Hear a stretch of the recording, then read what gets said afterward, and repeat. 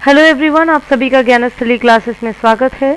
मैं हूं श्वेता। आज हम यूजीसी नेट 2022 के लिए एजुकेशन सब्जेक्ट का यूनिट 9 डिस्कस कर रहे थे, जिसका कि आज हम टॉपिक डिस्कस करेंगे ऑर्गेनाइजेशनल कंप्लायंस।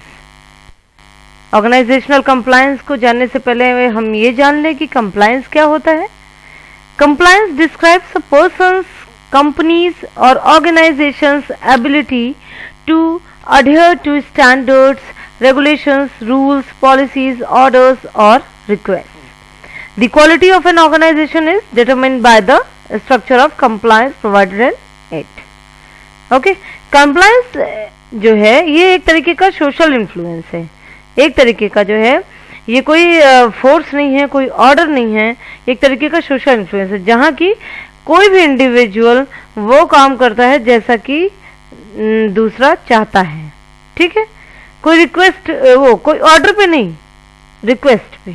ठीक है, अपने आप से, मतलब it is similar to obedience. This word is similar to obedience, कि अपने आप से उन चीजों का अनुपालन करना।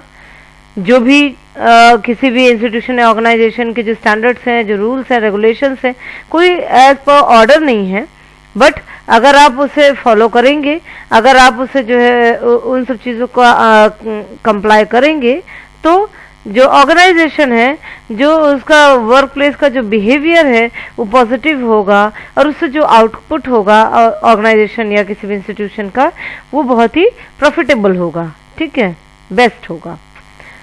Compliance define adherence to policies, plans, procedures, laws, regulations, contracts और अदर रिक्वायरमेंट्स। ठीक है, ऑर्गेनाइजेशनल कंप्लायंस क्या होता है?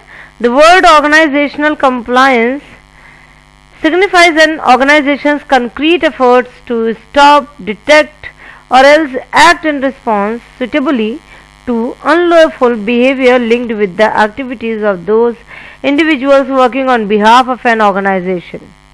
मतलब ऑर्गेनाइजेशनल कंप्लायंस क्या है कि ये ऑर्गेनाइजेशन क्या दर्शाता है कि ऑर्गेनाइजेशन जो है वो एक मतलब कि एफर्ट करता है, कंटिन्यू एफर्ट करता है, जिससे कि जो भी गलत गतिविधियां हो रही है, जो अनलॉफुल है, अनलॉफुल जो बिहेवियर है, उसे स्टॉप किया जा सके, उसे पहचाना जा सके, डिटेक्ट किया जा सके, और एक्ट इन रिस्पॉन्स सुटेबली, मतलब कि उसके रिस्पॉन्स में जो उसका point two the point response चाहिए वो रिस्पॉन्स कर सके।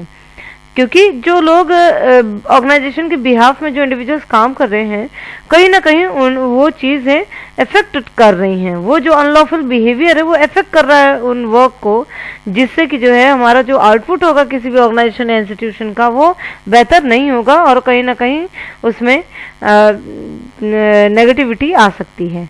ठीक है, this comprises administrators, managers, executives, employees, agents and freelancers.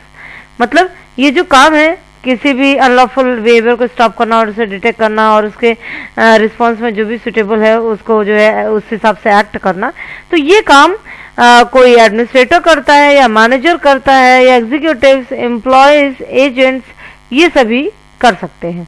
कोई स्पेसिफिक नहीं है कि यही पर्टिकुलर इंसान करे, नहीं, कोई भी।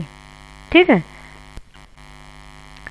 कंप्लायंस जो है वो 3 तरीके के होते हैं ऑर्गेनाइजेशनल कंप्लायंस।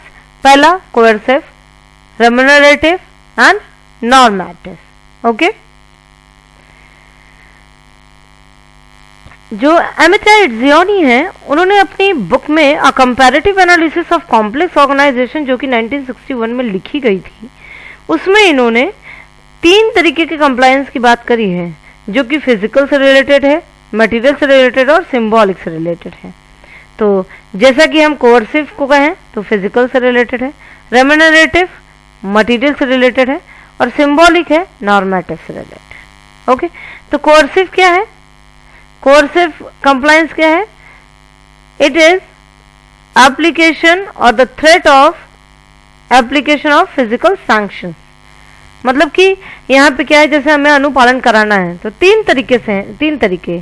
तो पहला क्या है कि कोर्सिव, मतलब कि आप अगर मान लीजिए कोई उन रूल्स का, रेगुलेशंस का जो है अनुपालन नहीं कर रहा है, उसमें वो जो है आनाकानी कर रहा है, तो हम उसे फिजिकली हम दंड भी दे सकते हैं, पनिश भी कर सकते हैं। ठीक है, इससे क्या होगा कि इस डर से लोग पालन करेंगे कि अच्छा हम ये रूल्स या कुछ हम ऐसा नहीं करेंगे, तो भले ही ऑर्डर नहीं है बट अगर हमने कुछ अनलॉफुल बिहेवियर किया तो उसका हमें पनिशमेंट मिलेगा। ठीक है, इस कारण से क्या होगा कि वो जो है कंप्लाई करेंगे जो भी स्टैंडर्ड्स रूल्स रेगुलेशंस हैं उनके साथ। सेकंड है रेम्यूनरेटिव। रेम्यूनरेटिव क्या है? It is based on control over material resources and rewards through allocation of salaries, wages etcetera.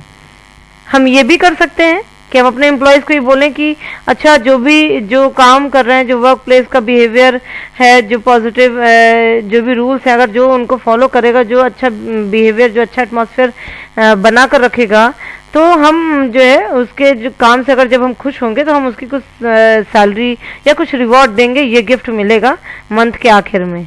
ठीक है, हम उसके जो बिहेवियर का हम आकलन करेंगे, एनालिसिस करेंगे और जैसा इवैल्यूएशन होगा उसके बिहेवियर का हम उसी हिसाब से उसकी सैलरी या वेजेस को हम रेम्यूनरेट करेंगे, बढ़ाएंगे। ठीक है, थर्ड है नॉर्मेटिव। नॉर्मेटिव क्या है? It based on the allocation and manipulation of symbolic rewards and डेप्रिविएशन।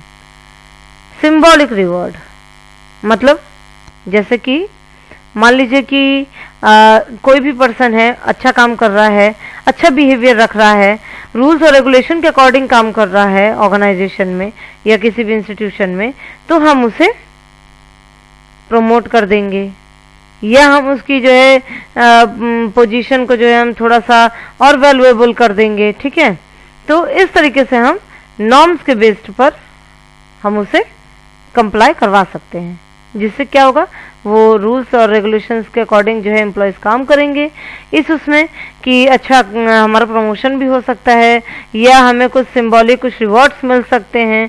ठीक है, तो इस तरीके से ये लोग ऑर्गेनाइजेशनल कंप्लायंस को बनाए रखेंगे। ठीक है, now come to the 5 steps to ensure compliance.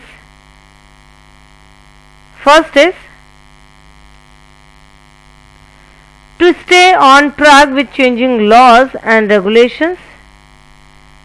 Compliant is not something your organization just. It is a continuous process of scanning for changing laws and regulations, identifying the areas in which it impacts your organization, changing policy and implementing policy change and monitoring. मतलब अगर हमें compliance जो है चाहिए employees से, ठीक है, organisational अगर कंप्लायंस चाहिए हमें, तो हमें जो लॉज और रेगुलेशंस जो है जो चेंज हो रहे हैं गवर्नमेंट के, अथॉरिटीज़ के, तो उनके अकॉर्डिंग हमें अपने ऑर्गेनाइजेशन के भी लॉज और रेगुलेशन को उस हिसाब से एडजस्ट कर लेना चाहिए, उस हिसाब से हमें उनको फ्लेक्सिबल रखना चाहिए कि हम उसी अकॉर्डिंग हम पॉलिसीज़ को चेंज कर सकें अपनी, जिससे कि क्या होगा कि लोगों को उस चीज़ को कंप्लाई करने में आसानी होगी। ठीक है, next is involve specialist. Especially small and growing organizations may unintentionally break laws. To prevent this, ensure that the organization is transparent in its operation. मतलब स्पेशलिस्ट को हमें इन्वॉल्व करना चाहिए। इससे क्या होगा कि जो स्पेशलिस्ट है वो जानेगा कि हाँ क्या चीज़ें जो है हमारे ऑर्गेनाइजेशन के लिए सही हैं, किन लॉ क्या कौन से लॉज कौन से रेगुलेशंस जो है कंप्लाई करने में आसान होंगे, किन्हें हम जो है अच्छे से हम कंप्लाई करवा सकते हैं एम्प्लॉयज़ से। तो इसलिए स्पेशलिस्ट को ज़रूर इन्वॉल्व करना चाहिए। कोई भी ऑर्गेनाइजेशन जो है विदाउट स्पेशलिस्ट तो चलता ही नहीं है। ठीक है, next is ensure employees follow procedure.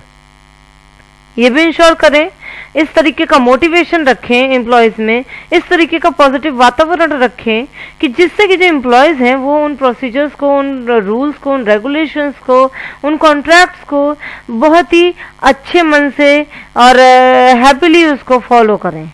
ठीक है, ये नहीं कि ज़बरदस्ती ठेल ठेल के गाड़ी चल रही है कि भाई काम करना मजबूरी है, नहीं, अपने मन से वो उस चीज़ को जो है फॉलो करें। इस तरीके का हमें एनवायरनमेंट क्रिएट करना चाहिए। Schedule regular internal audits. Regular internal audits are a great tool to uncover inadequate and ineffective procedures that lead to not being compliant. ठीक है। इंटरनल ऑडिट में focus on the financial, operational, technological और regulatory aspects of the organisation. It is of importance that an internal auditor is independent when reviewing the compliance as well as implements generally accepted auditing standards. तो हमें जो है internal audits समय समय पे करते रहना चाहिए. उससे क्या है कि जब हम ऑडिट करेंगे ना तो उससे जो है जो भी इनएडिक्वेट और जो भी इनइफेक्टिव प्रोसीजर्स हो रहे हैं उनको हम अनकवर कर सकेंगे. वो हमें पता चलेगा कि कौन से प्रोसीजर हैं जो इनफेक्टिव हैं, इफेक्ट उनका अच्छा नहीं आ रहा है, कौन से ऐसे पॉलिसीज हैं जो अच्छे नहीं हैं, वो इनएडिक्वेट हैं, हमारे जो टास्क उसको जो है उसकी पूर्ति कर नहीं पा रहे हैं. तो उससे क्या होगा, हम करेक्टिव एक्शंस ले सकते हैं, उन पॉलिसीज या उन प्रोसीजर्स को चेंज कर सकते हैं. Last is use the right software. Ensuring compliance without the right tools makes the job much more complex. Organizations who have the right compliance software in place are more likely to operate in accordance to the law and reduce the risk of human errors. Furthermore, good compliance software often has built-in tools for organizing good documents and automatically generate audit trails to easily prove compliance. हमें अच्छा software जो है, right software सही जो हो उसे use करना चाहिए. उससे क्या होगा कि जो हमारा जॉब है कि जो एम्प्लॉयज के हमारे जॉब है वो कॉम्प्लेक्स नहीं रहेगा, वो इजी रहेगा. उससे क्या होगा कि वो जो भी काम कर रहे हैं वो पता चलता रहेगा हमें कि हाँ अच्छा ये रूल्स फॉलो किए जा रहे हैं कि नहीं, प्रोसीजर्स को फॉलो किया जा रहा है कि नहीं कि पर्टिकुलर जॉब में. तो इससे क्या होगा कि इजीली हम ऑपरेट कर सकेंगे किसी की भी जॉब को या हम ऑर्गेनाइजेशनल एटमॉस्फेयर को. ठीक है. Now come to the conclusion. The core of any effective organizational compliance program is a strong and well communicated code of ethics and conformance. This code should define the expected behavior within an organization. तो कोई भी organisation जो है, organisational जो compliance है वो तभी effective हो सकता है जब भी जो है स्ट्रांग और well communicated code of ethics हो, जिससे कि जो है ऑर्गेनाइजेशनल जो कंप्लायंस है वो और भी ज़्यादा बेहतर होगा. So guys thank you. फिर मिलते हैं अगली क्लास में.